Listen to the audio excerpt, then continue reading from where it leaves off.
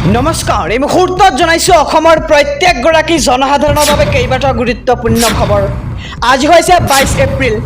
আজিৰ দিনটোতে অসমৰ লগতে ভাৰতবৰ্ষৰ বিভিন্ন প্ৰান্তৰ পৰা কেইবাটাও গুৰুত্বপূৰ্ণ খবৰ যুগুত কৰা হৈছে।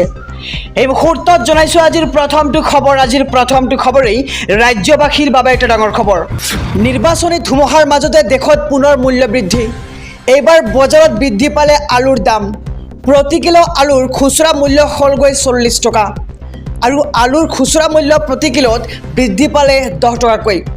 আৰু নিৰ্বাচনী ধুমুহাৰ মাজতেই দেশত পুনৰ মূল্য বৃদ্ধি হৈছে। এইবাৰ বজাৰত বৃদ্ধি পালে আলুৰ দাম।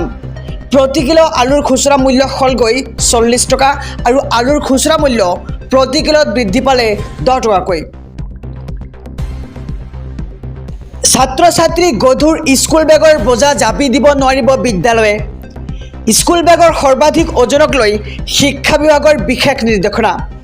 প্ৰথমৰ পৰা 10ম শ্ৰেণীলৈ ছাত্ৰ ছাত্ৰীৰ স্কুল বেগৰ সৰ্বাধিক ওজন নিৰ্ধাৰণ কৰি দিছে এইবাৰ শিক্ষা বিভাগে।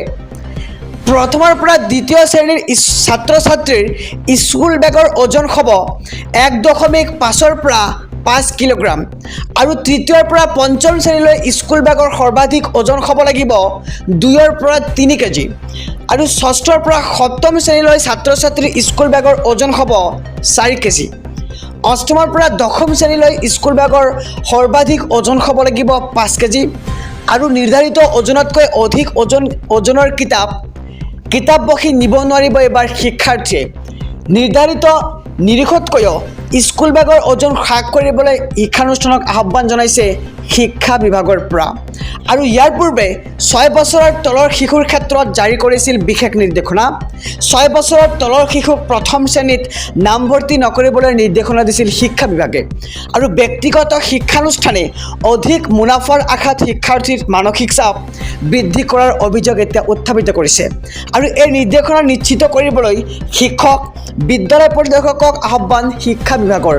আৰু ছাত্ৰ ছাত্ৰীক গধুৰ স্কুল বেগৰ বোজা জাপি দিব নোৱাৰিব এইবাৰ বিদ্যালয়ে।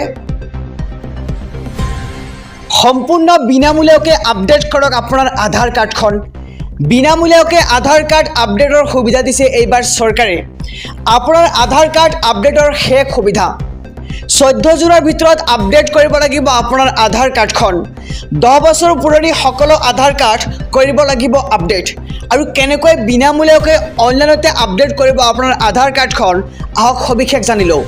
প্ৰথমে আপুনি লগইন কৰক uidai.gov.in ৱেবছাইটত আৰু তাৰ পাছত মাই আধাৰ পৰ্টেলত কৰিব লাগিব আপডেট। আৰু মাই আধাৰ পৰ্টেলত আপলোড কৰক আপোনাৰ সকলো শুদ্ধ নথিপত্ৰ। কেৱল মাই আধাৰ পৰ্টেলত বিনামূলীয়াকৈ কৰিব পাৰিব আপুনি আবেদন আৰু সম্পূৰ্ণ বিনামূলীয়াকৈ আপুনি আপডেট কৰিব পাৰিব আপোনাৰ আধাৰ কাৰ্ডখন। বিনামূলীয়াকৈ আধাৰ কাৰ্ড আপডেটৰ সুবিধা দিছে এইবাৰ চৰকাৰে। অৰুণোদয় লাভ নকৰা সকলক লৈ মুখ্যমন্ত্ৰীৰ নতুন সিদ্ধান্ত। অৰুণোদয় আঁচনিৰ বাবে নতুনকৈ কৰিব পাৰিব আবেদন আৰু ৰেচন কাৰ্ড থাকিলে আপুনি লাভ কৰিব মাহেকত 1250 টকা আৰু নতুনকৈ 2,50,000 লোকক অৰুণোদয়ৰ ধন প্ৰদান কৰিব চৰকাৰে। আৰু 1250 টকা পোৱা মহিলাই লাভ কৰিব 2খনকৈ নতুন আঁচনিৰ সুবিধাও। আৰু প্ৰধানমন্ত্ৰী জীৱন বীমা লগতে প্ৰধানমন্ত্ৰী যোজনাৰ সুবিধাও পাব হিতাধিকাৰীসকলে। আৰু সমান্তৰালকৈ লাভ কৰিব প্ৰধানমন্ত্ৰী সুৰক্ষা বীমাৰ যোজনাও। আৰু অসমৰ ৰেচন কাৰ্ড থকা প্ৰতিগৰাকী মহিলাই লাভ কৰিব অৰুণোদয় আঁচনিৰ ধন। আৰু অৰুণোদয় লাভ নকৰা সকলক লৈ মুখ্যমন্ত্ৰীৰ নতুন সিদ্ধান্ত যে এতিয়াৰে পৰা প্ৰতি বছৰে সলনি হ'ব অৰুণোদয় আঁচনিৰ নিয়মসমূহ। আৰু অৰুণোদয় আঁচনিৰ বাবে আপুনি নতুনকৈ কৰিব পাৰিব আবেদন। ৰেচন কাৰ্ড থাকিলে আপুনি লাভ কৰিব 1250 টকা মাহেকত।